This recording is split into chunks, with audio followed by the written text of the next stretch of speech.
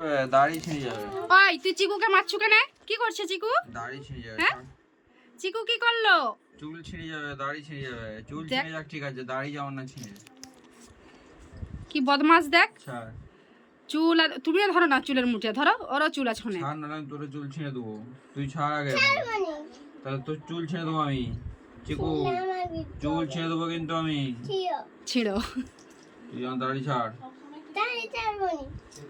ছাড়ো কাকু, চুমো ছাড়ো ছাড়ো। না চা না খেলে লুচি খাবো নি, চা খাতে নাই। গ্যাস শেষ হয়ে গেছে, সে আমাদের ঘরে করে দেবো। চা করে দেবো, চাল লুচি করে দেবো আমাদের ঘরে।